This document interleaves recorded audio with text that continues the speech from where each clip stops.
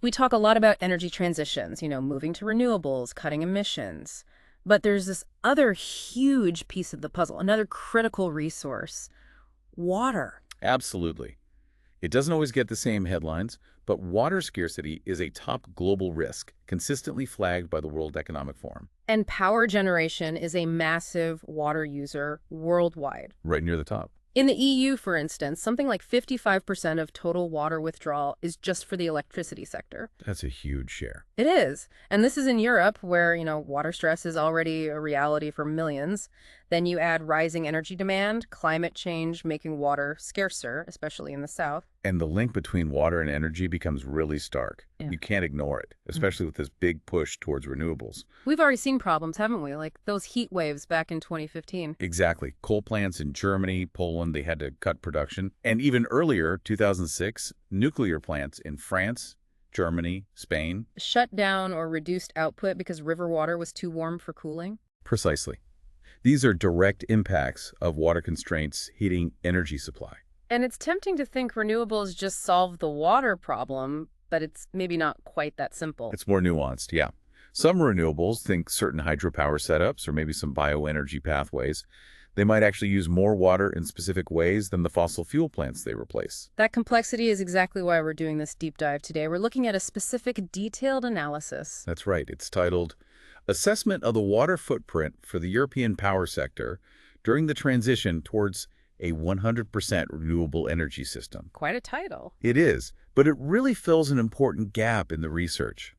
It looks at Europe as a whole system, models that full transition to 100% renewables, and crucially, considers how grid interconnections play a role. Which is vital given Europe's already high energy-related water footprint compared to other places. Exactly. So our mission today is to really unpack this study, pull out the most important insights for you, the listener. What are the key things we need to understand from this research? Okay, well, first off, a key thing this study does is focus specifically on water consumption. Right. That's an important distinction. Not just withdrawal, the total water taken out. But consumption, the water that's effectively lost to the local system, mostly through evaporation. And that's the metric that really matters for local water availability, isn't it? It is. It's the water that doesn't go back into the river or lake it came from. That's the direct impact. Okay. So how did they figure this out for, well, all of Europe's power plants? They gathered data on the big ones, plants over 50 megawatts, found their locations, figured out which water body they used. Freshwater or seawater? Yeah, they made assumptions based on distance to the coast. Then they had to figure out the cooling system for each plant. How'd they manage that? Partly using satellite imagery, which is pretty neat, though they mentioned it had its limits for some sites. Wow. Using satellites to spot cooling types. Yeah. And then to get the actual consumption number, they used what are called water use intensity factors, or WUI. WUI, water use intensity. So that's like the amount of water consumed for every unit of electricity produced. Exactly that. Uh-huh. Cubic meters per megawatt hour, basically. They pulled these WUI factors from existing studies for different technologies and cooling systems. Okay, so it's an estimate based on typical values, but it gives you a way to compare technologies on a large scale. Right. They acknowledge the variability and limitations, but it's a standard approach for this kind of continent-wide assessment. All right, let's look at their starting point then. Europe's power sector water footprint back in 2015. What was the total consumption? The study estimated it at 15.54 cubic kilometers for 2015. 15.54 cubic kilometers. That sounds like an awful lot of water. Which types of power generation were using the most? Okay, get ready for this because it might surprise you. The biggest chunk by far was hydropower. Hydropower. Yeah, Right. a whopping 61.5% of the total consumption. That's 9.55 cubic kilometers just from hydro. Hang on, but hydropower was only what, about 14% of Europe's electricity generation mix then? How does it account for over 60% of the water consumption? That's the million-dollar question, isn't it? It seems counterintuitive, but it boils down to those water use intensity factors we just mentioned. Ah, the WUI. Exactly, especially for hydropower plants with large reservoirs. The study cites WUI values for hydro reservoirs that can be as high as 68 cubic meters per megawatt hour. 68. How does that compare to, say, a nuclear plant? Well, they say it can be 21 times higher than a nuclear plant using cooling towers. 21 times. Okay, so it's the evaporation from the huge surface area of the reservoirs, even if they generate less power proportionally. The water lost per megawatt hour generated is just much, much higher for those reservoir systems. That really drives home how the type of energy matters for water use, not just the amount generated. Okay, so after hydro's 61.5%, what made up the rest in 2015? Nuclear was next at 19.4%, followed by coal at 15.5%. So thermal plant's still a big chunk. Definitely. The other technologies, gas, oil, biomass, biogas, solar thermal, PV solar, they were all pretty small contributors combined, less than 3.6%. Interesting that gas plants were only 2.5% of consumption, even though they generate about 15% of the electricity. Any reason for that discrepancy? Yeah, the study suggests that's partly because a decent number of large gas plants in Europe, maybe around 21%, already use dry cooling systems. Ah, which use much less water than wet cooling towers. Right. Okay, what about geographically? Where was this water consumption happening in 2015? Any particular hotspots? France came out on top for total consumption, about 2.39 cubic kilometers. Which makes sense given their heavy reliance on nuclear and hydro. Exactly. Norway was second highest, 1.89 cubic kilometers, and that was almost all hydropower. Right. And importantly, Norway had the largest freshwater consumption in Europe. Okay, so dominated by hydro. Who used the least? Denmark, very low total consumption, just 0.02 cubic kilometers. Wow, quite the range. And that shows up in the water demand per unit of energy too, right? Absolutely. Norway was highest at 15.5 cubic meters per megawatt hour, Denmark lowest at zero point 0.6. It just reflects the huge influence of the generation mix on the water footprint. Okay, let's pivot. Let's look ahead. This study modeled the transition to a 100% renewable system by 2050 using two different scenarios. Yeah, using the LUT Energy System Transition Model. One was called the regions scenario. Think of each region being independent. Okay. And the other was the area scenario where all these regions are connected by high voltage transmission lines. Yeah. Like a unified European grid. Got it. So what's the big picture for water consumption in 2050 under these renewable scenarios? Does it go down? Yes, significantly. That's the main headline. Both scenarios project a big drop compared to 2015. How big? In the area scenario, the one with connections, consumption is projected around 11.14 cubic kilometers. That's a decrease of about 28.3%. Okay, over a quarter reduction. And the regions scenario? A bit less of a drop, but still substantial. Yeah. Around 11.77 cubic kilometers, which is a 24.2% decrease. So a major reduction either way. What's driving that big decrease? The largest drop happens relatively early, between 2015 and 2030. Why then? Because that's when the scenarios assume most of the big fossil fuel power plants are decommissioned. Ah, taking those thirsty thermal plants offline. Exactly. By 2050, the water footprint from fossil fuels is projected to be almost gone, like 1.6% of the total in the area scenario, maybe 2% in the region scenario. Makes sense. So if fossil fuels are out, who are the main water consumers in this 100% renewable 2050? It shifts. The study projects the leaders will be Turkey, Norway, and Sweden. Why them specifically? Mostly because of their high shares of hydropower in the projected 2050 energy mix. Together, those three countries are expected to account for something like 45 to 48% of Europe's total power sector water consumption. And Turkey specifically. Projected to have the highest water demand in Europe by 2050, about 1.91 cubic kilometers in both scenarios. Okay, now comparing those two scenarios, interconnected area versus independent regions. You said the final 2050 numbers were pretty close, only about 0.64 cubic kilometers difference annually. That's right. The endpoint difference is marginal. Did this study find another way to compare their water impacts?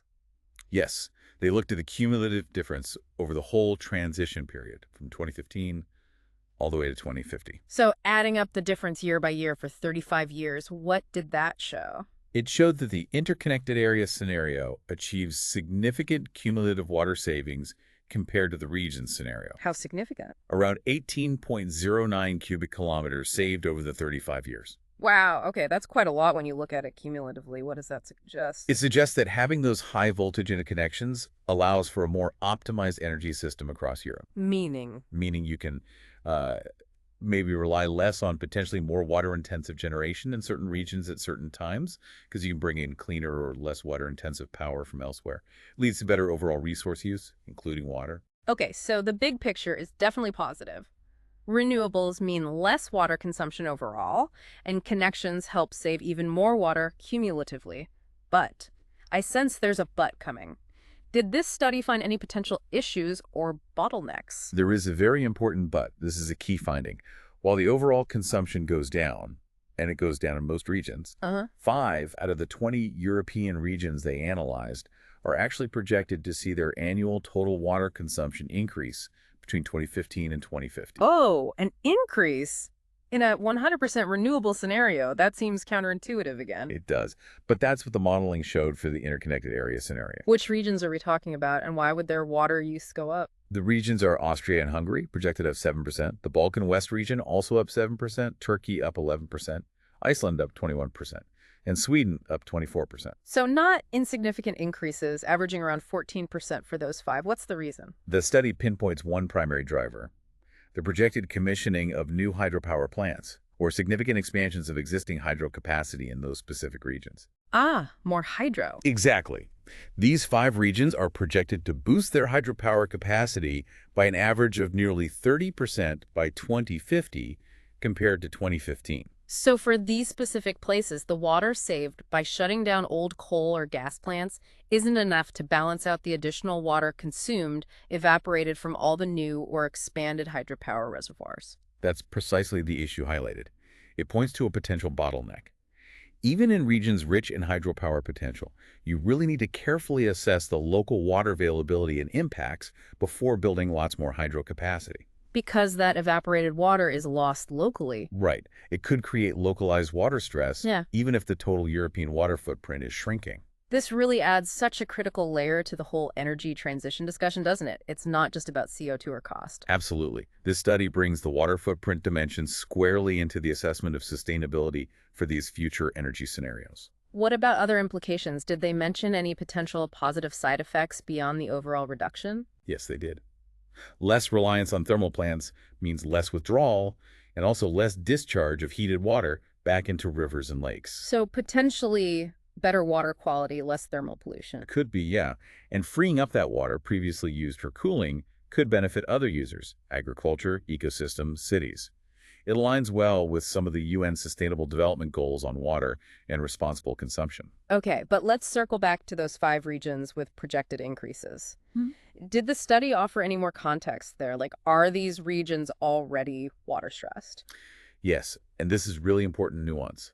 They cited external data from the WRI Aqueduct Atlas, I believe, showing that most of those regions, 4 out of the 5, actually have low baseline water stress. Okay, so maybe they have more capacity to handle increased consumption from hydro, Potentially.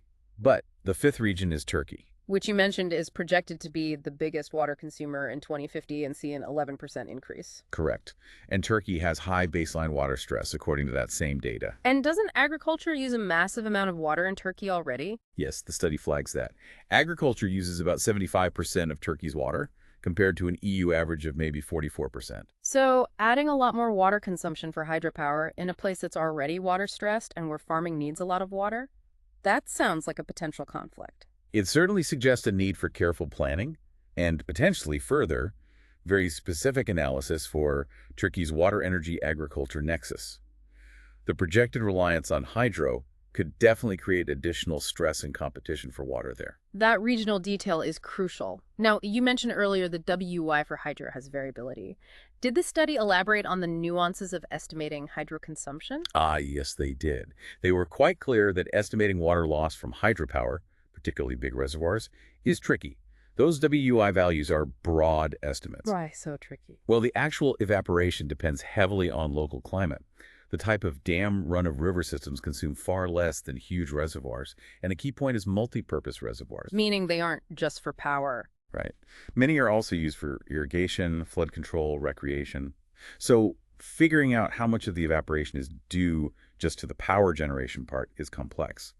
The study acknowledges their numbers are based on simplifying assumptions from other literature. Okay, good to keep that uncertainty in mind. And one last nuance, they mentioned something about the baseline year, 2015. Yeah, just a small caveat. They noted 2015 had some specific conditions, like heat waves in some areas, but also low electricity prices. These factors might have made thermal plant water use slightly higher or lower than a perfectly average year. So the exact percentage savings might shift slightly depending on the baseline? Possibly. But they felt the overall trend, the massive reduction driven by phasing out fossil fuels, holds true regardless. Using any single year as perfectly representative is always difficult. Okay, let's try and synthesize this. For you listening, what are the absolute main takeaways from this deep dive into the assessment of the water footprint for the European power sector during the transition towards a 100% renewable energy system? Okay, takeaway number one. The shift to 100% renewables in Europe looks set to significantly cut the power sector's overall water consumption by 2050. That's largely driven by getting rid of thirsty fossil fuel plants. Good news overall. Takeaway two. Connecting national grids with high-voltage lines, that area scenario provides additional water savings over the long run, cumulatively. It allows for a more optimized, less water-intensive system overall. Makes sense. But the critical third takeaway. Is the bottleneck. Despite the overall drop, water consumption is projected to actually increase in a few specific regions. This is mainly due to significant planned increases in hydropower capacity. Which requires really careful local planning and assessment, especially in places already facing water stress, like Turkey. Exactly, that local context is crucial. So the water footprint isn't just some side issue, it's a core part of the sustainability equation for the energy transition. Policymakers, planners, they really need this data. It adds that vital layer of understanding about resource interactions. Absolutely. So here's something for you, our listener, to think about based on what we've unpacked from this study. As we push for more renewables, how do we effectively plan to balance the need for sources like hydropower with the water needs of agriculture, ecosystems, and communities, particularly in regions where water is already scarce or becoming scarcer? It's a complex balancing act right at the heart of that water-energy nexus. It really is. A crucial question highlighted by the findings in assessment of the water footprint for the European power sector during the transition towards a 100% renewable energy system.